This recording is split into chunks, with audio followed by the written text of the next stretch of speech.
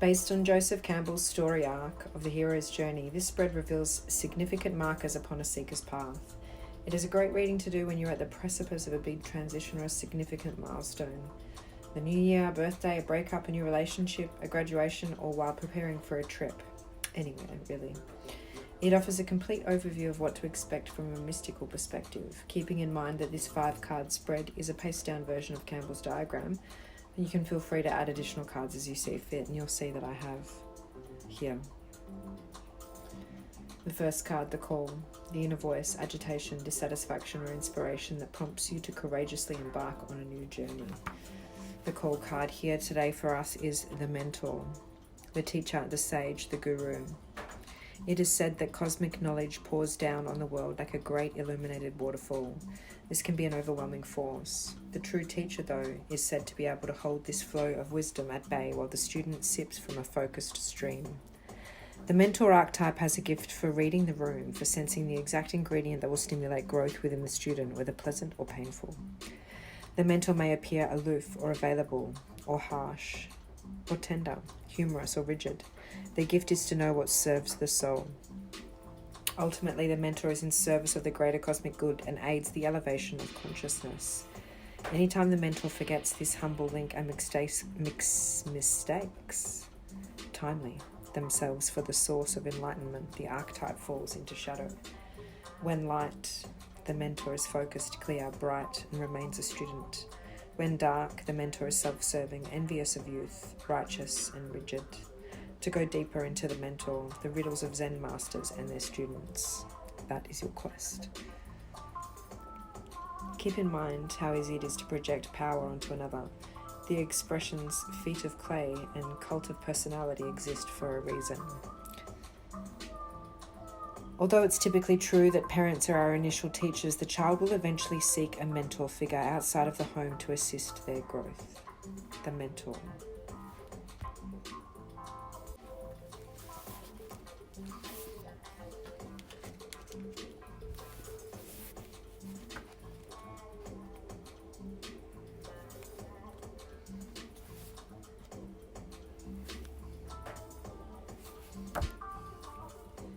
The threshold, the obstacle to your leaving, the habit that wants to hold you back. It has likely held you back many times before.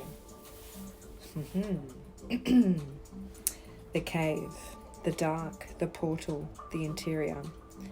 Those who are fortunate enough to find and enter the cave are forever changed. It is a place of potent power, acting both as a portal to another realm and a space for sacred ritual and initiation. The cave is a place to return for meaningful retreat, where one can see the true self in the darkness. In esoteric teachings, the cave is known to reside in the center of the heart. Within its walls, the whispers of compassion and self-understanding can be heard. Yet because of its mystery and power, many of us fear the cave and never try to find it. We busy ourselves in the bright lights of the city, while the cavernous and dimly lit chamber calls out to us in the night. Where is your cave? You already know. Return to it and tend to the fire. When light, the cave is sacred, the sacred center within. When dark, the cave can withdraw, isolation, hiding.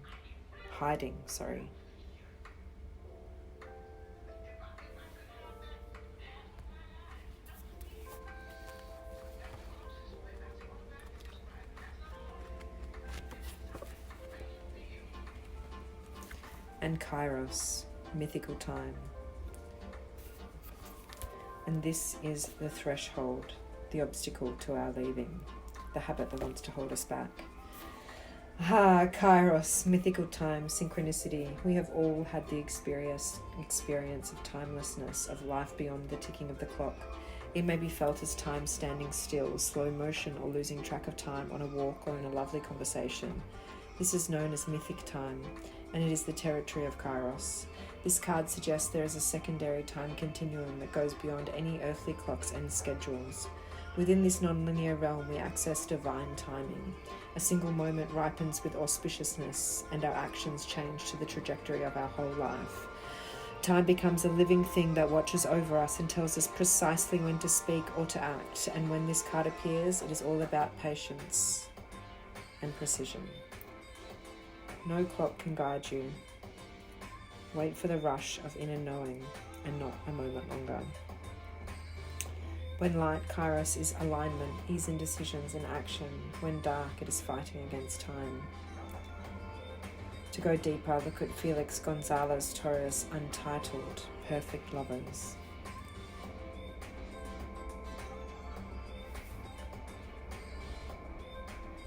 The word evil comes from the root unripe, considering that everything has a time of ripeness when it becomes a nourishing fruit, sweet to the lips. Yes. Yes.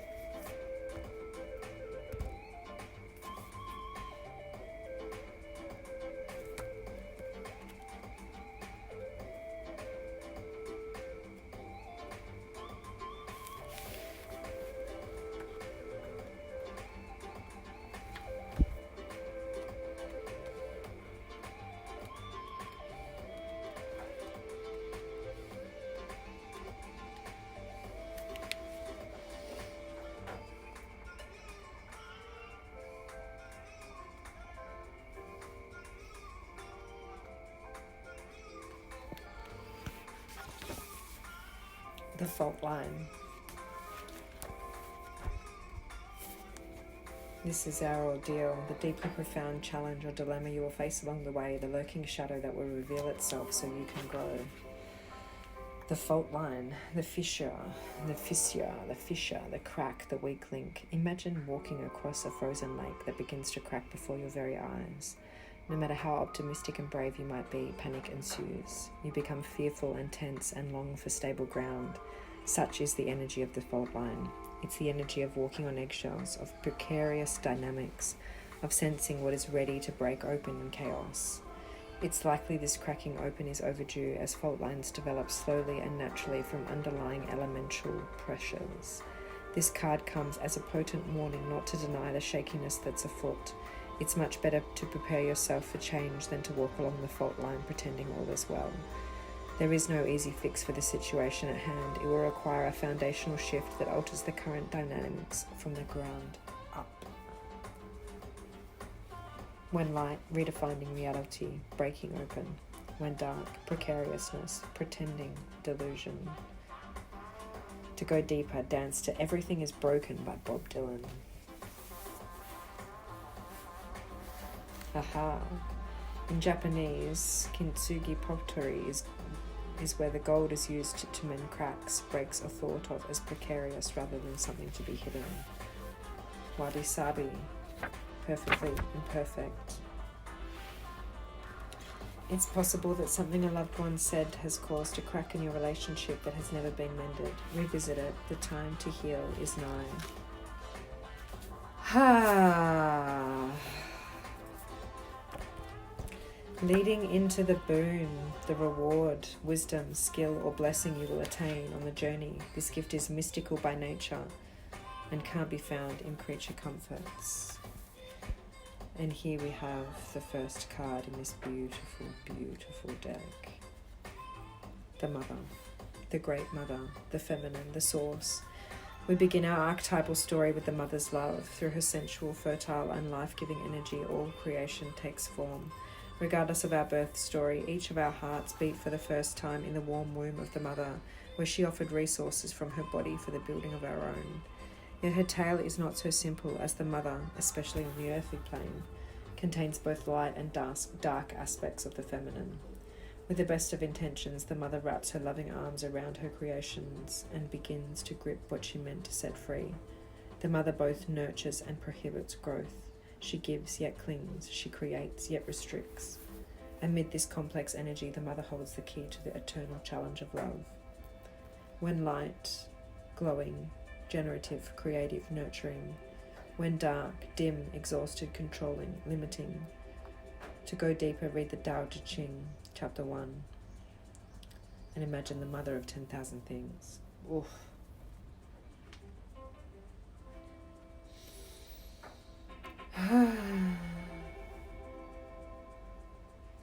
Notice how the Mother archetype is expressed in nature. This is perhaps the most balanced and benevolent form of the Mother's grace.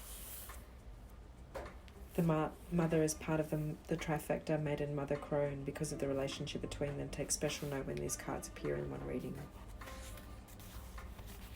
The mother here is with the starborn, the divine child, the star child, the destined. Would love to know how this resonates with you.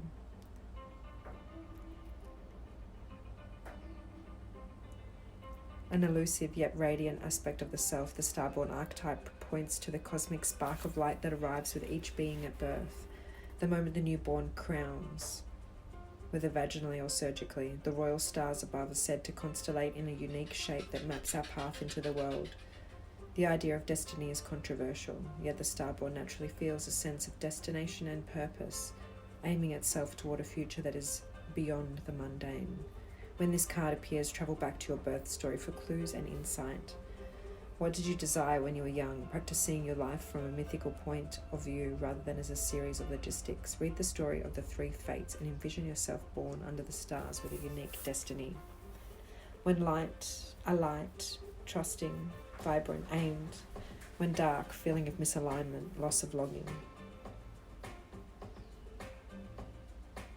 It's a good time to have your chart read, study your constellated shape, ask questions. What does the process conjure in you? Faith or mistrust? What would happen if you saw the galaxy as your ally? When this card appears, don't be surprised if you receive a surge of a desire for a long-lost dream, one you haven't visited since childhood. Let this desire shake you up.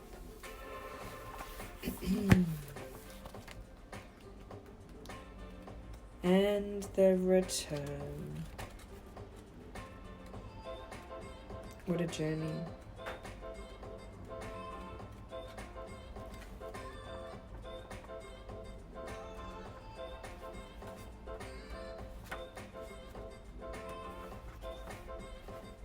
The return, what you can expect to encounter upon your return. The homecoming impacts your ability to integrate meaningful change. Prepare accordingly. Oof, the apocalypse of the womb. It can't be fun. What do I know? Could all be a story. The womb, the nest, the belly, the origin. Everything has an origin story. The womb archetype asks us to contemplate the beginning beyond the beginning, the mother beyond the mother, in a world that often negates the power and necessity of feminine principles. This card returns us to the warmth, tenderness, and sacred intelligence from which we came. It is a card of receiving, not achieving, of accepting love from the mother of us all. She is the life-giving force that forgives and cherishes even the most wounded and disparate soul. No matter how lost you are, the womb awaits your return to help you heal and grow. This card is a call to keep things simple, to return, to be reborn in the name of love. The womb is everywhere. It is beyond gender, beyond time. We are within it as it is within us. When light, nourishment, harmony, warmth, love. When dark, stricken, ecological crisis, infertility, imbalance. What would honouring the feminine look like to you? Where would you begin? Imagine yourself as loved, and is a good place to start. I'm tripping over my words with this one. Consider that Mother Earth must also have a mother. Oof, imagine her. Okay. Okay. The return. The apocalypse returns. Wow. This is a big reading, yo.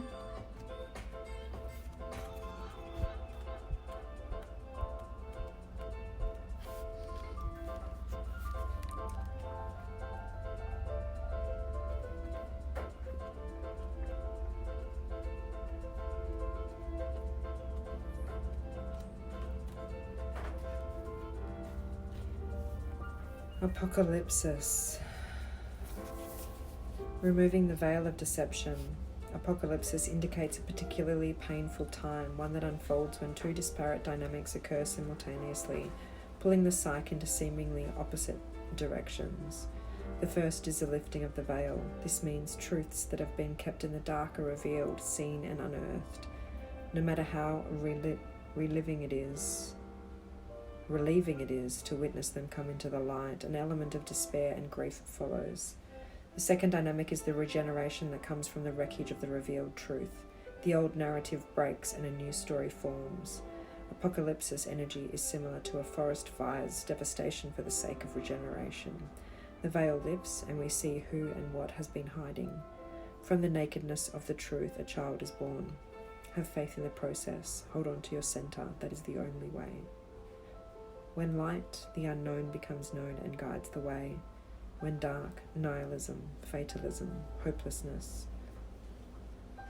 To go deeper, look at Michael Mead's Why the World Doesn't End and the movie This Is the End.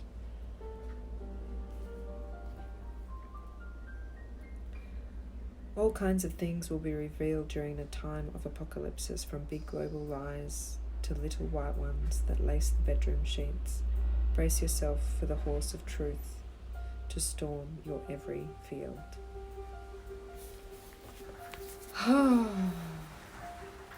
I guess that's why the angels support us in saying be assertive and take action. And the mother, the starborn, romance, the fault line cracking us open. Yes.